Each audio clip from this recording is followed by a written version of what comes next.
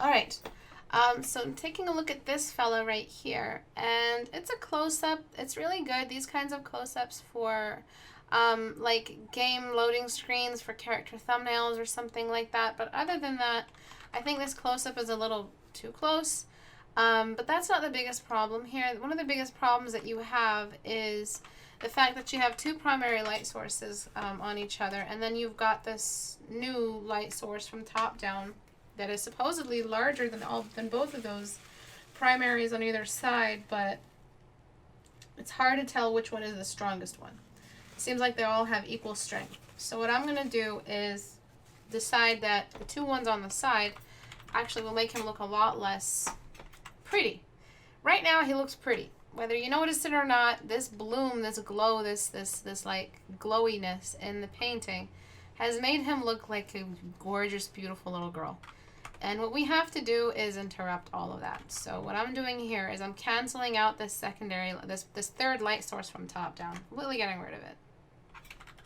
I will keep some of it there, just as if there was some bounce light in the nearby structures or something. I'll keep some of it going, but it will not be brighter than the secondary light sources, which are now the primary since I got rid of that one, which are going to be causing a lot of trouble here on the sides of his nose, which will make a little bit more sense considering all this light that's coming in from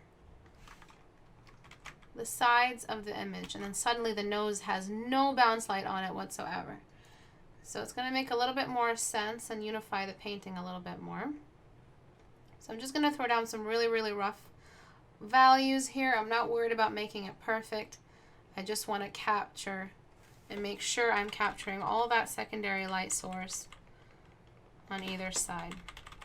Another problem that you had is you illuminated the mustache. So you're telling me the light does reach here, but it didn't reach the nose. Doesn't make any sense. So I'm just going to lower that value down all the way. What I am going to do is go back up here, grab that second primary light source color, and using this beautiful brush, I will just throw wherever that is catching the mustache here at the sides. Because this mustache will catch some more of this light. Then we've got the problem that, there is a point where these lights don't reach anymore because they cast a shadow. You see how you stop the light here? It's because this point and down, a cast shadow started forming.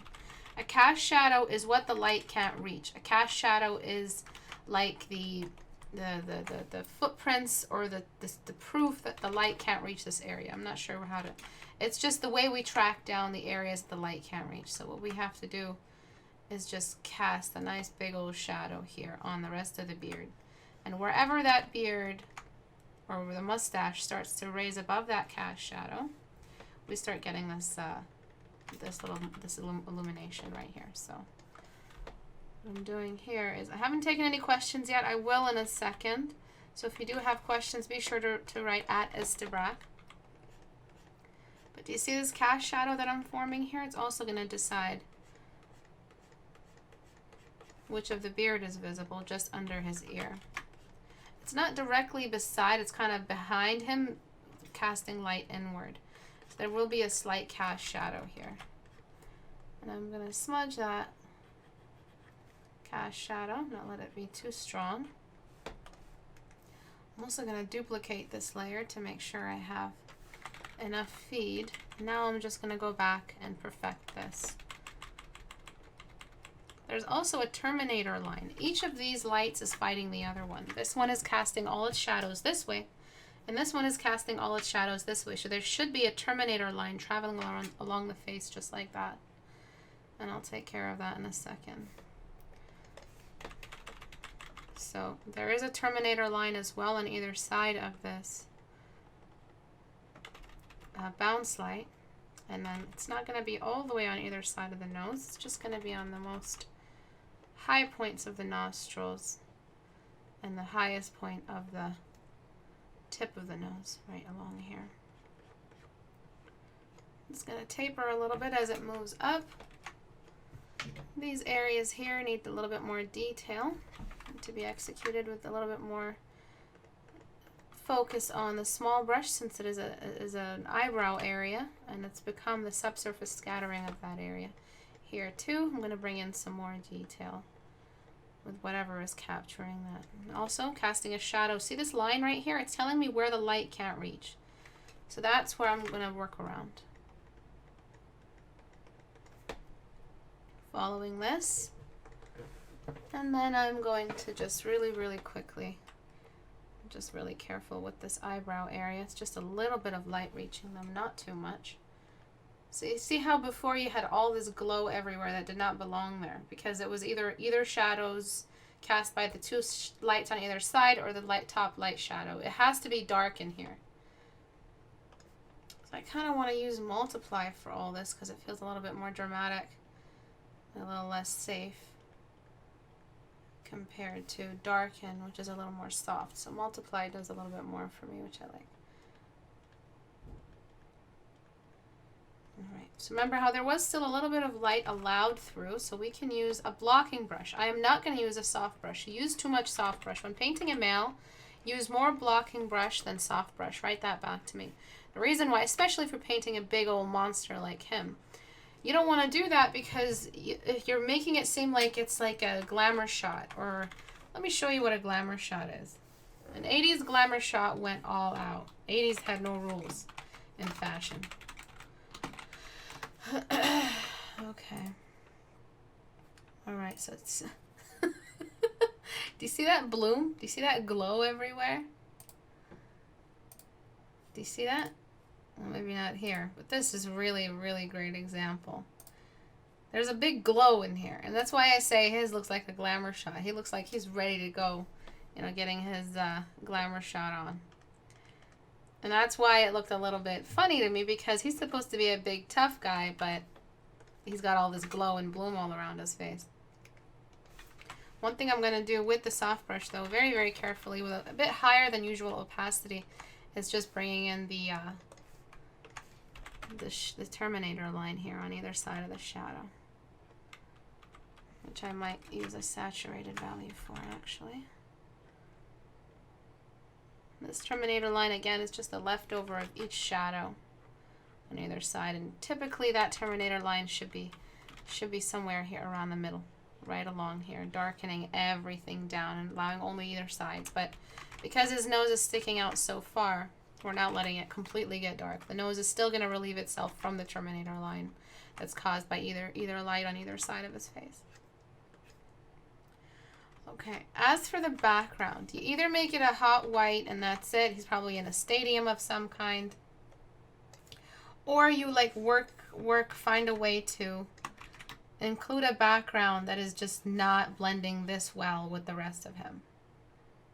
You need to show us the silhouette. You need to show us his small cranium, his just general silhouette for the characterization. We need to see that he's more bronze than brains.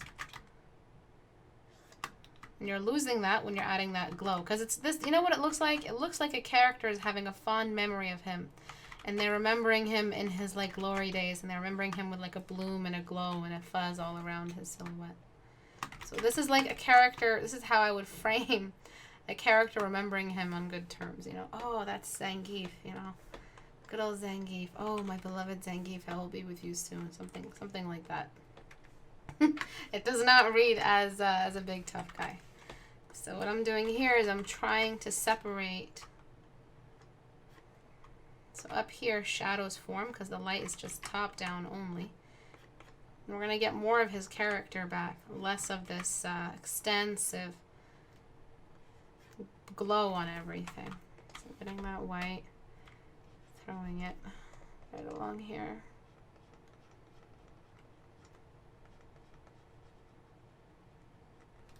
On his hair, probably cast upward. Okay. And then what I'm going to try to do is just keep that light kind of focused towards these two emerging from either side. So I'm going to like cut the shadow as it forms just around here and just around here. Actually, first what I'll do is I'll just erase that. and then I'll add more if need be. Because the cranium gets a little bit more rounded at the top, we have less of an edge than we would around the temples. And that takes me to my next point. Because you softened everything up so much, this is asymmetrical, but it's fine. Because you softened everything so much, I actually need to duplicate this. You ended up losing a lot of his bone structure. So what we need to do is get some of that back. And we get that again by blocking. So you use more blocking brush on a male character than you would a female, because you want to push the feeling that the male's biological structure is opposite hormonally. In order to make babies, and keep civilization going, we need to be either male or female, and then we screw, and then we have babies, right? So one of us needs to have more testosterone, one of us needs to have more estrogen, so that our penises and our vaginas can work well. Okay. So if anyone has any opposition at all about the fact that there are gender differences and male is male and female is female, please, the door is right there. Just take that door and go. So this area here is drowning in some light. I do want to add a beautiful cast shadow just along here. See that right there? So, but at first I just have to make sure that I've established that male signature in the bone structure just along here, making things a lot more sharp. Just around there and there. This nose area obviously needs more work, but I don't have time to add all those pores back in.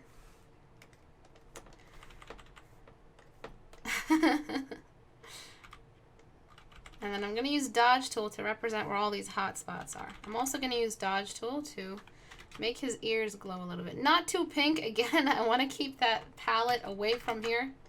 I don't want him to read as a little pansy. I want him to read as a big, tough, mean guy. And I'm not going to use that pink. I'm going to use a little bit of a cooler pink because he is a bit more pale. So female characters, I guess that's the lesson of today, can be painted with softer brushes. Male characters, not so much. Because you're trying, especially a big, mean guy like this, they have to be represented with the amount of masculinity, I guess, that testosterone, these footprints of his hormonal structure. All right, now to detail a little bit more. So we're going to catch some of this light here. I will cast that shadow in a second on either eye, just like that. And I'm trying to not use a softer version of this brush. I'm trying to keep it sharp. Over here, his eyebrows are catching some light. To zoom in. Gonna smudge away at the nose here because it's entirely facing that direction, so it might all be illuminated or just some of it. He reminds me a lot of Kratos. This guy. Alright, gonna get that Dodge Tool again. Oh shit. Alright, never mind. Gonna get that Dodge Tool again and just drown some of these areas in some more light. Just like that. I'm gonna push the whole palette to be way less rosy and less saturated. Okay? So the reason being is before you had all this wonderful rosiness and wonderful softness. I'm sure he's a really sweet guy. I'm sure he has like a collection of Russian nesting dolls. But I don't want him to read as a big pansy. What you're showing me, especially his haircut, is he's intimidating. He's a biker kind of character. So I want to push it more into the cool values. When I do that and I desaturate, you can see how dark things really are. His face is a lot more hooded. He's just generally just less rosy and less happy than before. And depending on how this cast shadow was happening, a lot like how these lights, the direction they're coming from, I'm going to, because we have this beautiful cast shadow form here. Do you guys see that? And I'm just going to make it a little more obvious along this side. See that cast shadow on the hair that we just made? This is really, really nice. This is what we live for here. These just beautiful cast shadows. Kind of just trying to experiment to see if there's a good way of showing the light on either side of his nose a little better. I'll leave them like that for now. What I'm going to do now is just cast that shadow off his ears down. Darken. Just like that.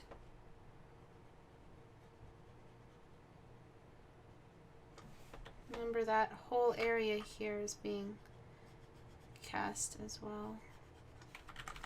And I'm just going to try to figure out how I'm going to, what rule I'm going to break in order to pull this off. Because there does need to be a cast shadow around here. These lines, these two lines that you made are representing that. So we need to show some kind of cast shadow, at least on the hair and the sideburns. Because this light is shining through these ears, meaning that it's getting away. It's getting in the ears are getting in the way of the light. So some of these areas have to be darkened. Again, I don't know if I want to use darken or multiply for this. Probably darken. I'm going to desaturate around the beard area. Don't want that to look so friendly. And saturated. Saturated is happy. Remember that. Saturation is happy. Where do we see a lot of saturation that is also technically supposed to be happy? We see it in Pixar. We see it in children's movies. We see it in children's books. Saturated is a happy life. But you take a look at all of Christopher Nolan's movies, they're probably desaturated to infinity. And that's because he wants to give off that feeling of seriousness. He doesn't want it to feel like a big storybook. I'm going to desaturate around his eyes, around his eyebrows, but I will saturate around the Terminator line. Just like that. Do you see that beautiful effect? So that's why we desaturate, because when we do need to saturate, we can use it where we need to for the sake of the realism. And again, saturating around here. You can saturate a little bit around his nose because of his a lot of saturation in summer too, exactly. And wintertime is more desaturated. So if you want to give off the feeling of like a, you know, really, really melancholy or just danger. You see, Game of Thrones is very desaturated. That's using color to your, you know, to assist the narrative.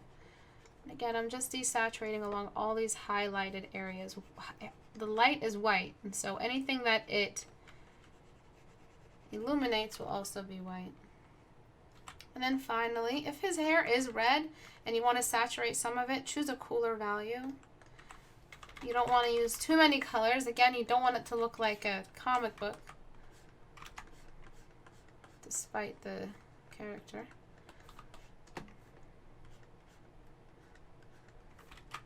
Okay, boys and girls, so yes, you're either a girl or a boy, but you can associate with different things socially.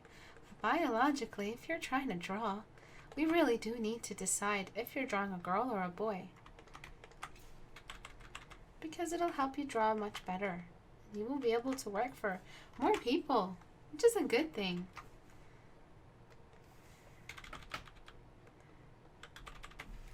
Even if you're drawing an androgynous character, you want to decide on their gender first and then customize with either topical opposing gender traits, or a man who's trying to look like a woman who is both a man and a woman, like a hermaphrodite or something like that. But if it's full-on male, just full-on, just all you look at this guy and all you can think of is just penis, then it's just a male, and it's just you gotta keep dressing it up like it's supposed to be. Okay, so burn, desaturate, and I'm just desaturating around any of these highlights. I'm gonna smudge around the mustache, because even though the contrast has spiked in this area, we still need the attention to go back to the eyes. Now the eyes. Now that we've decided on the general form study, we've answered the landscape. Everything that I've been doing right now is landscaping. I've been deciding on the major light source, which lights have which color, blah, blah, blah. Now I can go in and address accessories and stuff like that. So I can break some rules, but making sure that I'm still in the region. So I can do this to his eyes. He looks really friendly if I do that. more approachable, more like a hero, but a badass hero. But if I hide his eyes, he goes back to being a scary fuck. And that's because if you want to create a character that is easy for the audience to associate with, you show their eyes. If you want to make them mysterious and scary, you hide their eyes. No, sponge tool is to desaturate. Sponge tool, right here, and then you put it on desaturate, this little sponge. All right, I think that's about it. I'm gonna just desaturate one more time. And one thing you can do to show off like the bloom, maybe that's what you were going for, which is like studio or like stadium glow, is you can do something like that on either side of his face. Something like this, and then erase away wherever it's moved over. You can do something like that. But even here, it's just too bloomy for me. But he still looks dangerous compared to here. Which is very, very soft, very sweet, very saturated, kind of like storybook badass. And over here we have a little less of that. And when I take off those blooms, he's even more scary. So before, motherfucker, after. Okay, so if you're going for something scary, please consider that there's a certain amount of saturation you're not allowed to enter. Also, if you have more than one light source that are both the same strength, please don't introduce a third one that's also of the same strength. What's going to be left?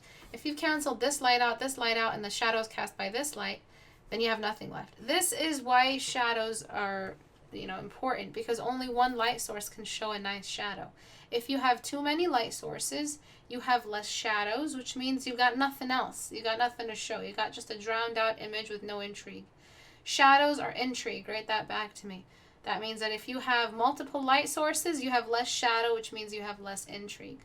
I want to see that in your notes. And then when you have one light source that's strong and a minor little light source bouncing away on the side somewhere, revealing some form that's been drowned out, that's even better. So if you had one light source over here and a little bit, less dark over here, that's even better. But when you are creating characters like this, let me see what color he has for hair. When you are creating, so he's brown haired. He has completely brown hair, so I'm not sure why you didn't go for fully brown hair. And I'm not even sure if this is Zangief. I mean, it looks like him, but his hair is red.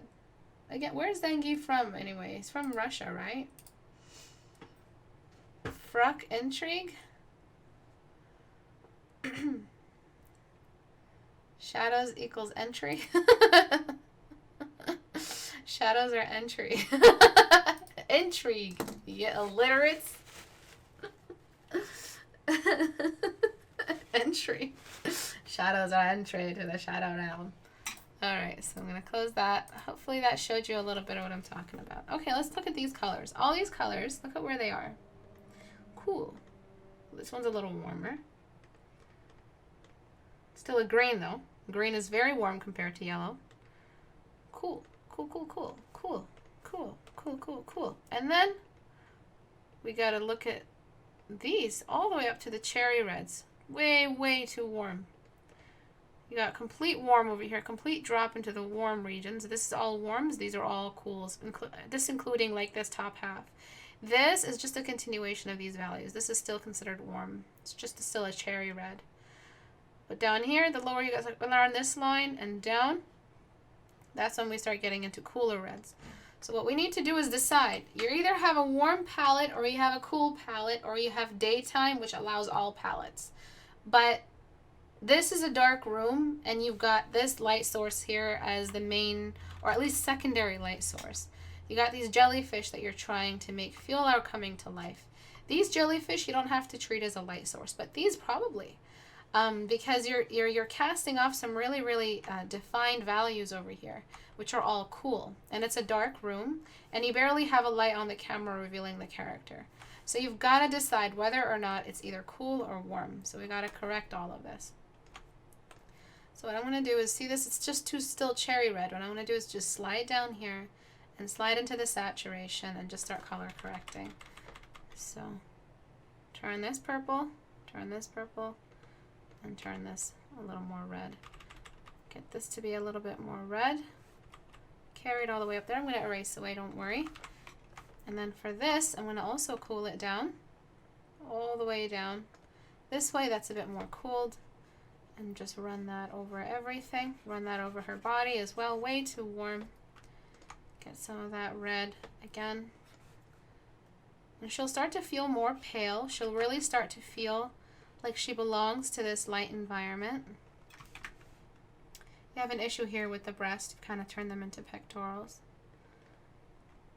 And I'm also going to just mattify this in a second.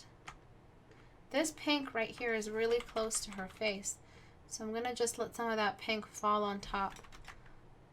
The pink of this jellyfish.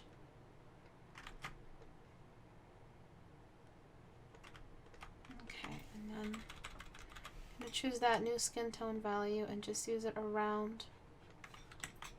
Grab some of that pink.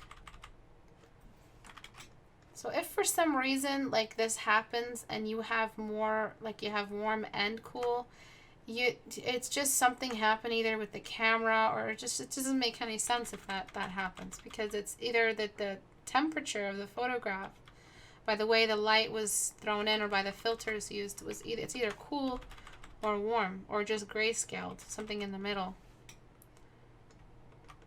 You gotta have either side. Colors are very, very temperamental. And they can throw off the portrait completely. So take a look now how much more unified it feels, and I'll show you in a second the before and after. Anywhere where we have shadows, I'm going to cool them down. So we've got these blues. These blues are going to reflect on her face. So I'm carrying some of that blue in here. I'm going to get some of that green here. Grab some of this green here as well and just throw it as if it's glowing along her face. This blue is entirely reflecting on her shoulder, and not just as a reflection but as a light value, so it's going to diffuse this and this a little bit on this spaghetti strap. Okay, merge down, or merge visible. I'm going to take care of the rest as well, because you still have warm spots all around which make no sense at all. So before, after. Makes a little bit more sense, more unified. It doesn't feel like her skin has been from a completely different environment. If you want to warm these up, you can warm these up, make it a blue-green, make it a more earthy green up here, make the blue more blue-green, sorry, and make this a little bit more cherry red or orange. But you've chosen the cool version of all these colors. Everything else has to follow this rule as well. Now that we've taken care of that, I'm going to saturate the lower half of the canvas. It seems like it's a little bit falling off. You've darkened it and desaturated it. So I'm going to just correct that just a little bit. Just grab that purple and carry that saturation all the way down. And then this color here, I'm not sure what you were going for this color, but it's just a completely new color. It's like the skin tone color. So what you can do is just change this color per jellyfish facing it. So this area gets more blue, this area gets more of this pink, and now they really feel like they are casting a light outward, and this area gets a little bit more green. Okay?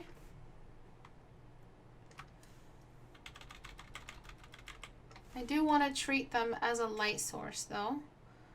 So I'm going to move this, I'm probably going to have to cool down this green a little bit more. It's still a little bit warm. So this green is still a little bit close to the orange, you see that? And I'm just going to push it up into the blue greens. It's still going to be green, but it's going to be a much cooler green. Just so that we are unifying the palette this way. And this is the theory of color. You use analogous colors as much as you can. If the wash has decided a certain kind of cool, then that's what we have to do. We have to decide that, find the cool version of all the colors. Right here, green and blue kind of overlap, so I'm just going to get a turquoise and just let that color, wherever the green overlaps the blue, that's where I'm going to bring in that turquoise, because they would be overlapping each other like that. Red and green don't really mix, so we're just going to let either one dominate the area. Green doesn't really belong in there. I really would choose another color for that. But it's okay. Probably going to desaturate it as well. It's a lot less warm now. And I'm going to desaturate it to cool it down even further. Cooling down colors can also happen by desaturating them. Alright, now what you can do for stylization, since you've already taken it so far, is anywhere around a point of interest you can start saturating. So I saturated around the lips. That's too much. I'm going to saturate just around here. Saturation is like the equivalent of raising the value up as well. I'm going to saturate this little glow piece, and I'm going to run over it with a dodge tool as well. Just wherever our eyes are traveling. I'm going to try to do this with like a textured brush with dodge tool. So we have a little bit more texture. I'm not just going to use soft brush, but a textured brush. And just carry that in. It'll explain why all this is glowing back. So we've got this confused palette, warm in certain areas, cool in certain areas, and here we've balanced the palette again. Cooled down the skin tone. You didn't need skin tone all the way down to the edge of the canvas. This dark room has desaturated her completely. Only areas that are allowed some light are going to be saturated, and those areas are dominated by cool values. This crease in her breast, I'm not sure how you interpreted your reference, but this crease wouldn't be visible. It would be hidden behind this part of the cleavage. But because when you think boobs, all you think is just this, last time you saw a cartoon, you feel like you always need the other side of that cleavage. Sometimes you've got cleavage hiding the other side. You don't see that extra little bit. You just see one boob, two boob. Alright? One thing you can do, which is really interesting, is just bring in like a cool blue. Something that is a little bit pale for a light source color. A new value. And you can use that to illuminate all these areas just around here. Just something a little bit different. It's still going to illuminate the skin, but it's like that there is also like a strong blue value allowing us to see her, because there is still a primary light source somewhere here. If it was just the jellyfish, it would be a very, very dark room.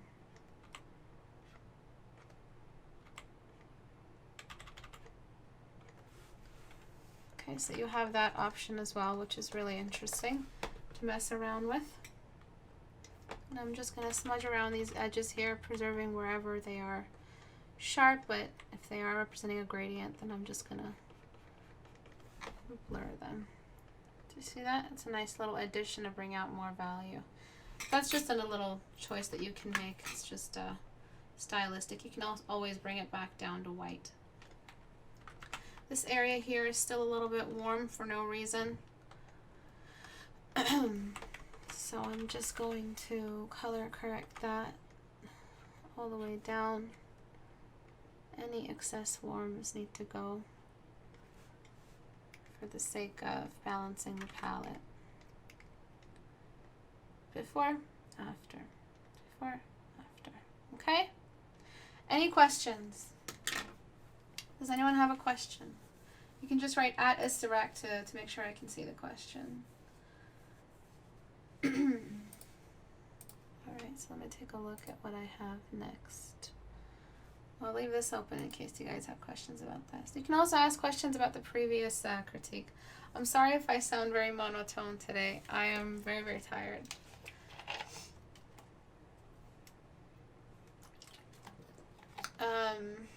So who's arguing? What's appealing is highly personal. No, it's not. No, it's not. That's that snowflake mentality that everyone thinks they have, that they, they're entitled to their own interpretation of stuff. But when you want to appeal to a mass audience that has been raised along certain colors, and these colors all come with their pre-existing language, it's no longer, whatever I say goes.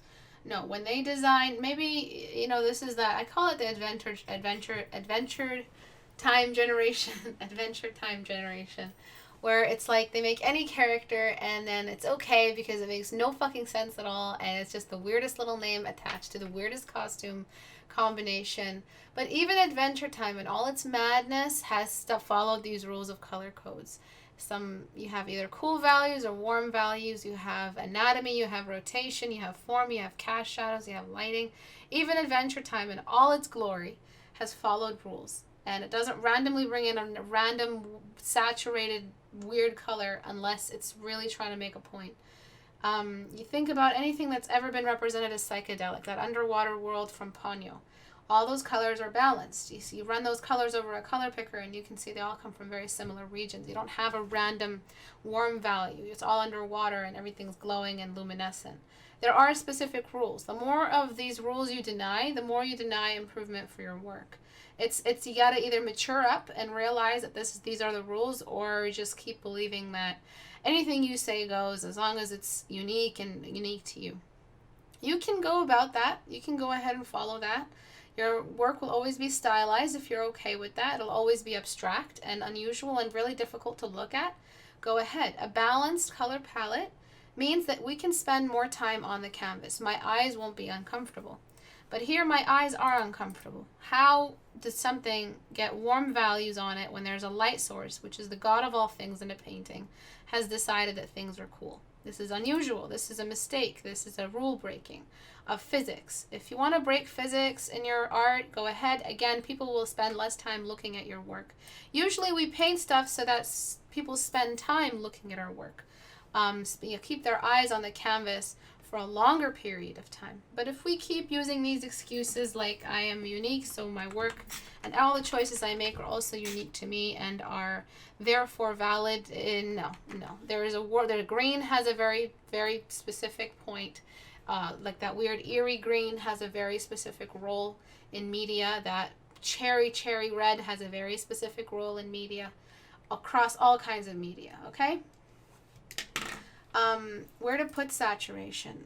Saturation is what happens when we have a lot of light. We have less saturation at night, more saturation in daytime. So wherever you have belts of light or areas of high exposure to light source, not necessarily areas that are drowned in light, but wherever we have light, we have saturation. So again, see how I grayed out, almost grayscale, almost completely monochromatic on the lower half, because light got less and less over here. So that means that the light, which is also color equals light equals color, also got less down here. That means we had less saturation for her arms.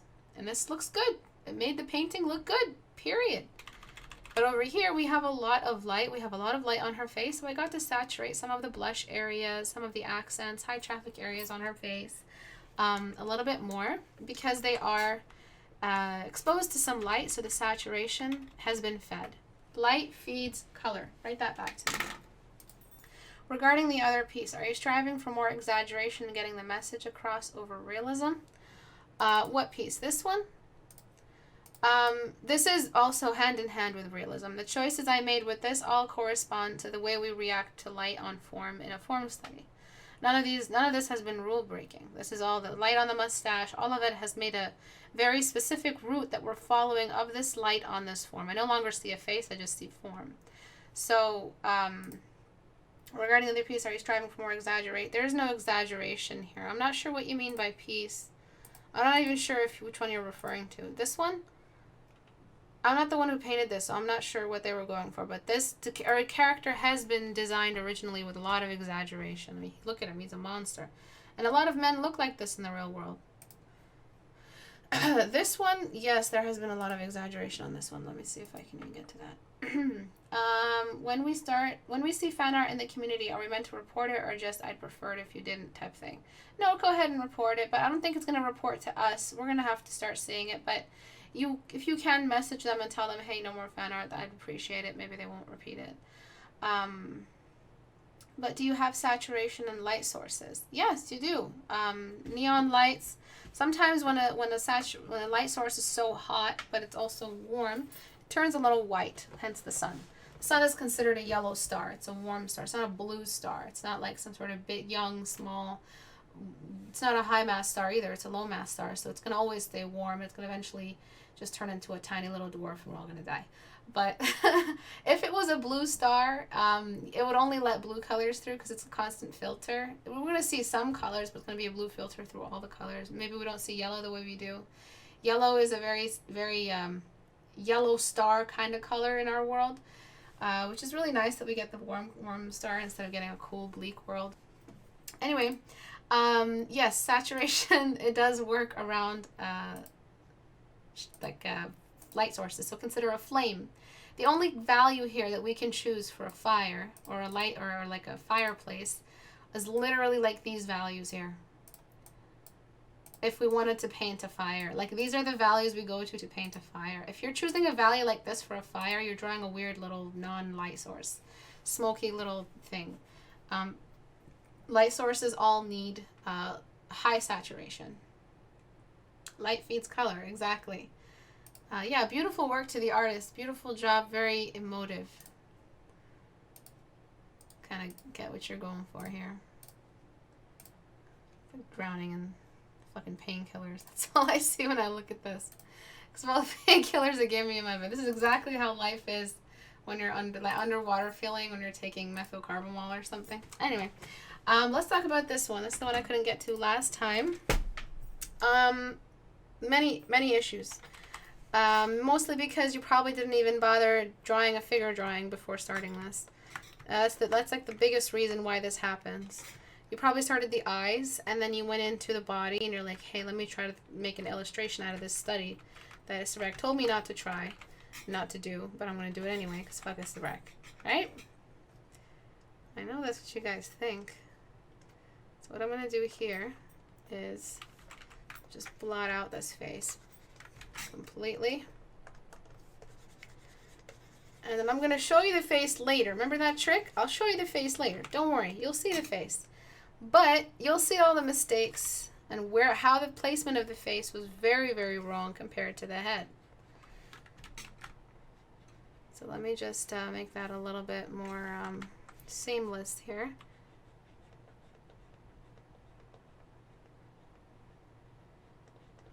Alright. Don't worry, you'll see the face again in due time.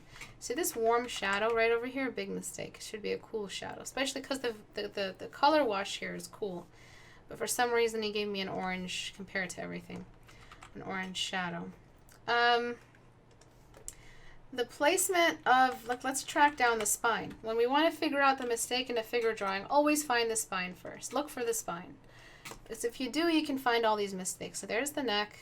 The spine is right here, doing this business. And then it bends forward into what we would probably call the hips, which are, the thigh moves this way. So this is the trace of this thigh. So that's going to be the hip right there. And then this thigh travels here, and that's the hip right there.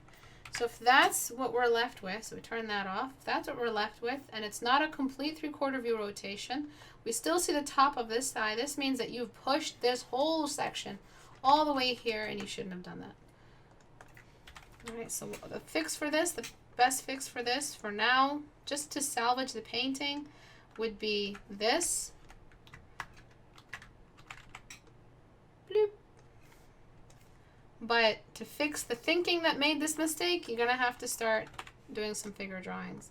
Finding the spine, being a little bit more careful with the way you place these values together. These pieces together. Also, this thigh is much more thin than the other one, which was a little bit off too. Okay, so that was the biggest issue here, that you had a completely dislocated hip. So this doesn't happen because you like dislocated hips. If you saw this in the real world and you saw a girl walking down the beach and she had a dislocated hip, or you would say, holy shit, what's wrong with your hip? You wouldn't actually say that to her, I hope. But the reason why you don't notice it here is because you haven't made it easy for you to notice it. You put all the stuff in the way. You have a skirt. You probably designed it originally with the skirt on. When you do figure drawings, please, please don't draw the figure with the clothes on, okay?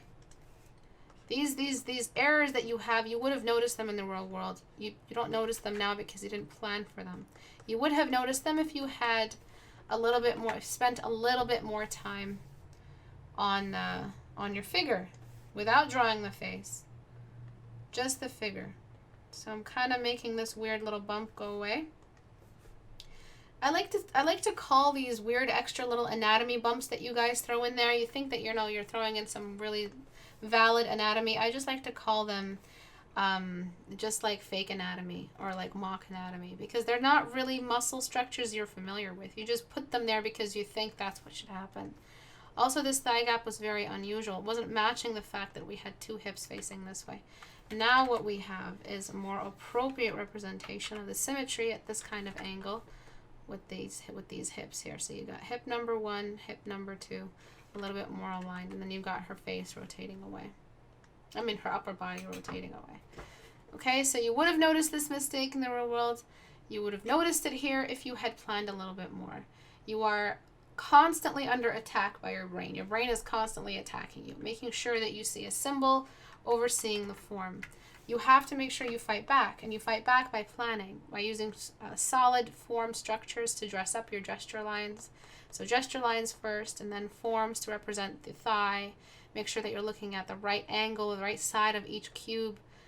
A cube for the thigh, a cube for a cylinder probably for the top of the thigh, a cube for the chest area, long rectangles for the arm. See this? This is this. I call this pretend anatomy. This mock anatomy. What is that bump there? Is that supposed to be a muscle?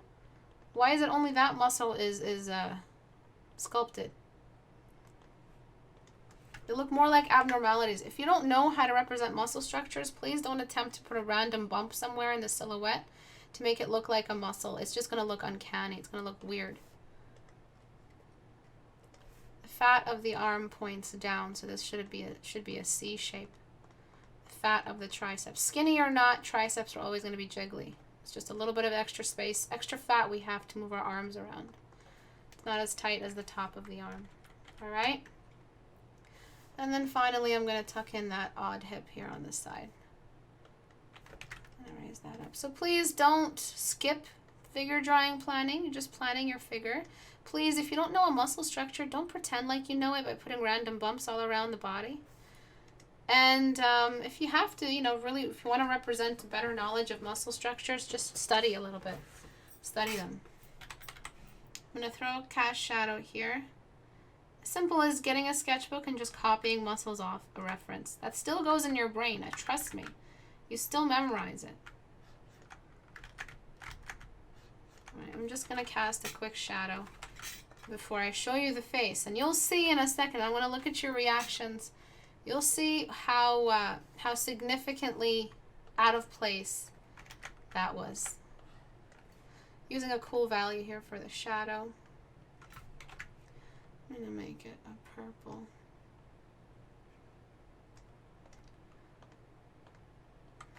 Darken it a little more. Okay. And then I'll show you the complete before and after. And again, you'll see the error of your ways. Never skip this. Just never skip it. Never. Don't even try it. Don't even try it. You see a professional do it because they've done it so many times. I don't even need to plan anymore. But you are nowhere near graduated as they are into eyeballing anatomy. Do not try to eyeball anatomy, please.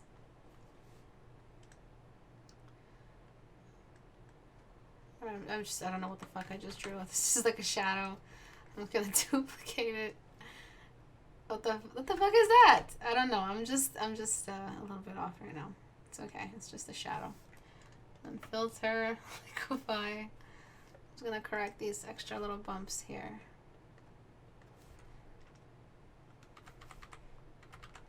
All right, and then, guys, ready? Is everybody ready for this? So, the forehead is right here. Actually, this is the forehead. Actually, the forehead is actually a little bit higher. Somewhere over here. So I'm trying to find where the temple is. There's the dip of the temple. There's this line. And this line. Oh, look, planning. Oh, wow. Oh, how useful. I wish there was a way for me to know that I'm placing the face in the right spot. Hey, there is a way to find out. Find the forehead line, find the hairline.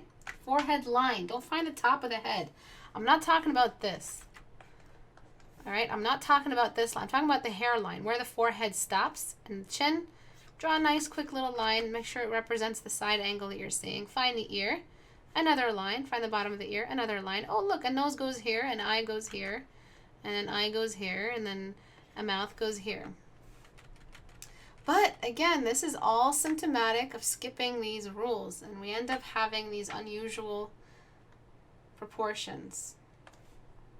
Look how low that face was, considering all those lines I had just drawn. All right, so I'm going to redraw all of these, and then I will show where her face is. Look how low her nose is. How about her mouth? Okay, so these are all mistakes because you didn't plan. Okay, so where her face should have been is just somewhere around here. The eye should have been here. Her face is way too angry. She looks very evil compared to what you're telling us over here. All right, and then the nose goes down a little bit this way. Remember, I'm just remembering those lines I just drew. Careful with your reactions. Don't be too shocked. You've all made this mistake before. This person has given out their work to be critiqued and has courageously sat there while I bash their work mercilessly. So be gentle, everyone. It's not my job to be gentle. I'm not going to be gentle, but you guys go ahead and be gentle. Okay. So this is evil face. When you have eyebrows that point down and mouth that goes all the way up. She's basically evil. So what we want to do is make her look cranky maybe, but still cute, so we can still match all this. Because if you were going for uncanny, kind of like masochistic little Barbie doll, anime, typical generic character, bad guy who's a shadow for the first 15 episodes, we don't really see their face until the finale or something like that, till like the final battle. If she's that kind of badass, like that one composer from Kill La Kill Girl, if she was like that, we would see a little bit more indication that she's evil. But pretty much everything is bubbly and happy except for her eyebrows. So if she is angry but tough, all you want to do is just give her that really strong arc and a little bit of strength in her eyebrows. But nothing as evil as you made before. Okay? So see how evil she was, just like, yeah, I'm going to kill you. I'm also going to enlarge her face just a touch. Raise those eyes up. And another thing that's made her very, very evil. Can anyone find it? 10 points to Gryffindor if you guys find it. 10 points to your... not Gryffindor, that's jumping the gun. 10 points to whoever can find the last thing that's making her face look evil. Come on, guys. I know you guys have it in you. I know you guys... A lot of you are very, very regular. I hope we're all regular. But I hope that one of you guys can find this. You guys are some of your regulars here. What is causing it? Who can guess it? What is causing the last little bit of evil on her face? You guys figure it out while I adjust this some more. Small pupils. Lip tails. Lip tails, it's okay. You're getting away with that. They're not that lip tails. You do need dark eyeshadow. Red eyes, bleedy eyes, sharp eyes. Eyelashes, the makeup. The dark ink under the eyes. You guys are on it, but I don't know if you're referring to the right kind of shadow. You need to be referring to what the shadow is on. The smoky eyes, the darkness on her eyes. No, that's all makeup. The smirk is okay. She's getting it's kind of like a happy smirk. Once we fixed the eyebrows, it kind of made sense. What is it? What's that last little thing that's making her look unusually evil? Despite us fixing the eyebrows and the lips and the face. Come on, guys. Whoever was part of the villain challenge knows this. I think I just gave it away. So darken, flatten image. Okay. So this is what I mean by giving it like actual bumps on the face for the cheeks. A little bit of area here for the shadows. Get some of that light. Get some of that color. Correct all these shadows. I know you guys can guess this. I know you guys know this. Sharp angles, small pupils, eyeliner, narrowed eyebrows, her inner heart, the freaky smile, the shadow under her eyebrows, the cast shadow, and eyebrows, the shadow under the eyebrows defining the nose. Yes! Fucking yes! That! This has made it feel like she's got a lot of evil. She's got a lot of, like, evil on her. Once we fix that, the shadow defining the eyebrows on either side of the nose has made her look unusually evil. So if she is evil, if she is that kind of, bad guy, bad-ish guy, you can leave it there. You can also make her eyebrows even more sharp. If she's just overconfident, but that shadow was akin to what? What did I say about that shadow? What's the significance of overdoing that shadow? What does it remind the viewer of? Anyone? Fucking yes. So I'm just raising that up for her to be a little bit more confident. I couldn't raise it up like this and liquefy, so I've had to use transform, which kind of left all this mess here, so I'll try to clean it up.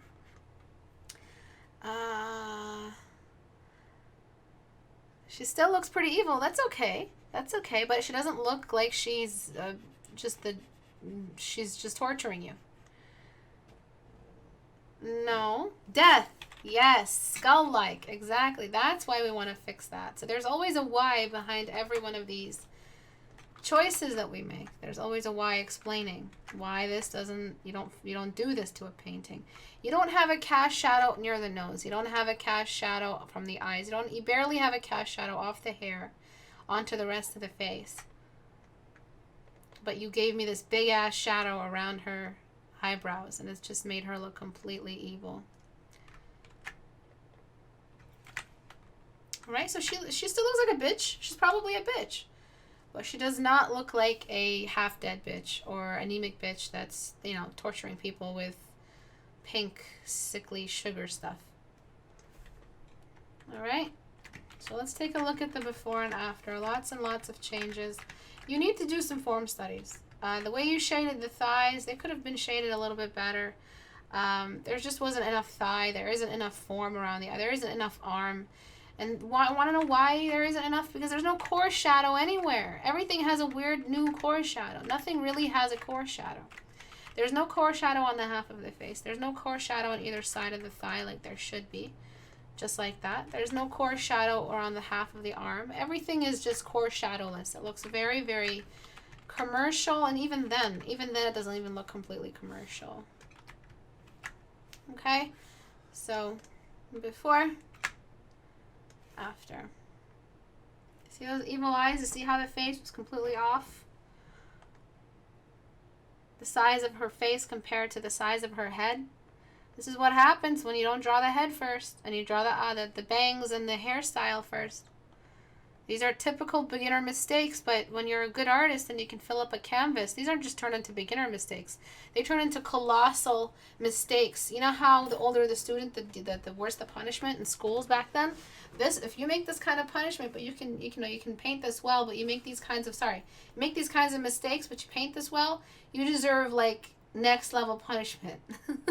It's not just detention after these kinds of mistakes. This is just negligence. This is cocky negligence, From the perspective of a teacher, this is just cocky attempt to piss me off. All right? These all can be fixed with the easiest little study, 5 minutes before the start of the painting. Decide where you want the face to be. Decide where you want the head. How big is the head? Decide on some of the basic shapes that you're using to represent these masses on the body. Cast some proper core shadows, and then just do the rest. Do your thing after that. But right here, you're going straight into doing your thing. You're like, fuck the police. You're going straight in and doing your thing. This is what happens when you fuck the police, okay? All right, so any questions? Yeah, that dislocated hip was very obvious. You wanted to force the visibility of a thigh gap. That's not what was happening. We need to see more of the front of her face, and the front of her to see the thigh gap between. From our angles, it just doesn't read.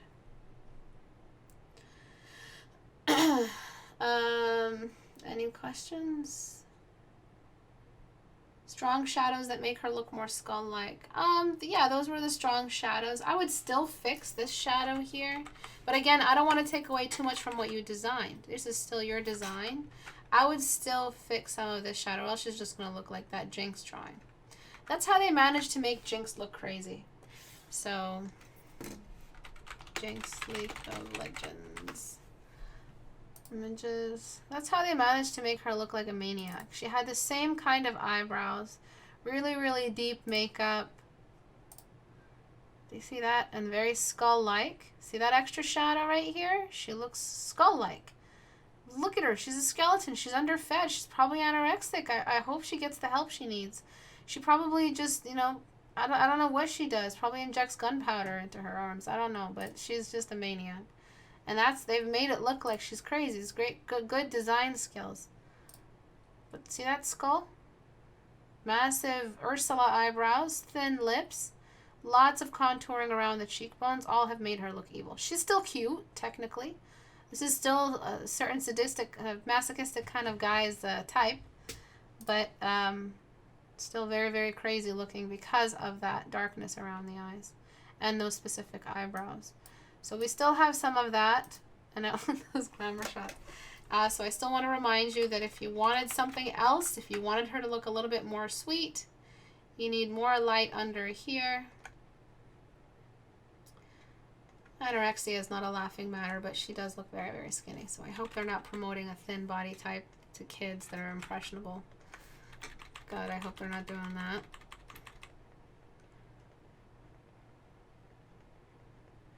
Alright, so you might, if you wanted her to look a little sweeter, her eyebrows are a little bit thick, so I would just kind of just ease up on that extra strength over here.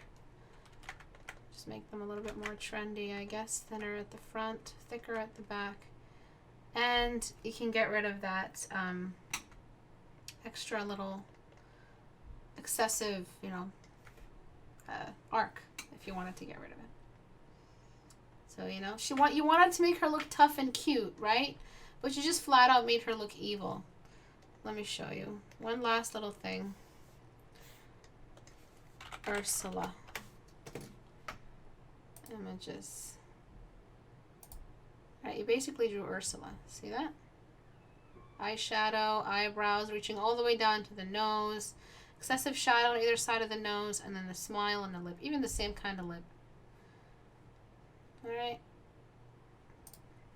So this is what I mean when I say, no, you don't get to snowflake your way around designs. There is a specific expression and a specific use for eyebrows like this. If you use them, you will create a villain. If you put this shadow here, if you use that, you will automatically create a villain. There are pre-existing templates, tropes, that if you fuck with them and you don't listen to them, you will accidentally paint a bubbly skeleton protagonist, villain, and antichrist. You'll accidentally do that somehow if you don't memorize these. And he's also bulky if you don't follow these tropes. Okay? Poor unfortunate souls who get critiqued. Yeah, if you want to show that the stockings are a little bit tight, I guess, yeah, you can do that. You can just put those bumps back in. They're casting a shadow. Take a look. They're casting a shadow. It means they're wider than the thigh. If they weren't casting a shadow, then they would be just straight on the thigh, even tighter. But they cast a shadow, which made them look like loose boots. Thick lashes make for an evil character? No, not at all. Thick lashes are, you can use them for whatever you want. Thick lashes are just a sign of beauty. She was still technically a drag queen, Ursula. So she still used some beauty standards. Ursula's thick. Anyway, so that's it for today. I hope I covered everything and didn't miss anyone else, and anyone feel neglected. Let me see what I'm looking for. if you want to follow my class and if you're new to this, you haven't been here before, go to istebrak.com, click on the little G plus icon, and join the community. Follow the rules, please, when you post. No fan art at all.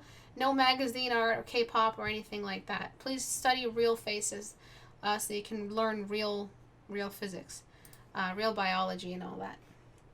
But thank you everyone for coming today. I will let you guys go. Have a great day, guys. Bye.